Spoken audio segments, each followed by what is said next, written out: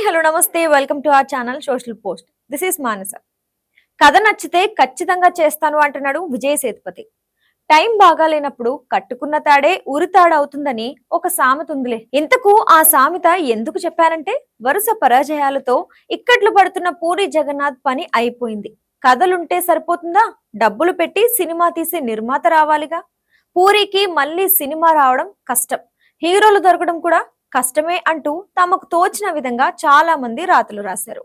అయితే అంతేకాకుండా మన వాడికి ఫ్లాప్లు వచ్చాయి కాబట్టి అతని వ్యాపార భాగస్వామి చార్మి కూడా జంప్ అయింది అని కూడా చెప్పుకున్నారు. అయితే పూరి పని అయిపోలేదు అంటూ మన తమిళ కథానాయకుడు విజయ్ సేతుపతి పూరి జగన్నాథ్ తో సినిమా చేయడానికి ముందుకొచ్చాడు. ఆ సినిమాకు సంబంధించిన ప్రకటన కూడా వెలువడింది. ఈ నేపథ్యంలో సోషల్ మీడియా పని పాట లేని బ్యాచ్ ఒకటి ఉంటుంది కదా, పూరి జగన్నాథ్ ఫ్లాప్ డైరెక్టర్, అతని స్క్రిప్ట్ ను ఎందుకు ఎంచుకున్నారు అంటూ విజయ్ సేతుపతిని ట్యాగ్ చేస్తూ విష ప్రచారం చేయడం మొదలుపెట్టారు.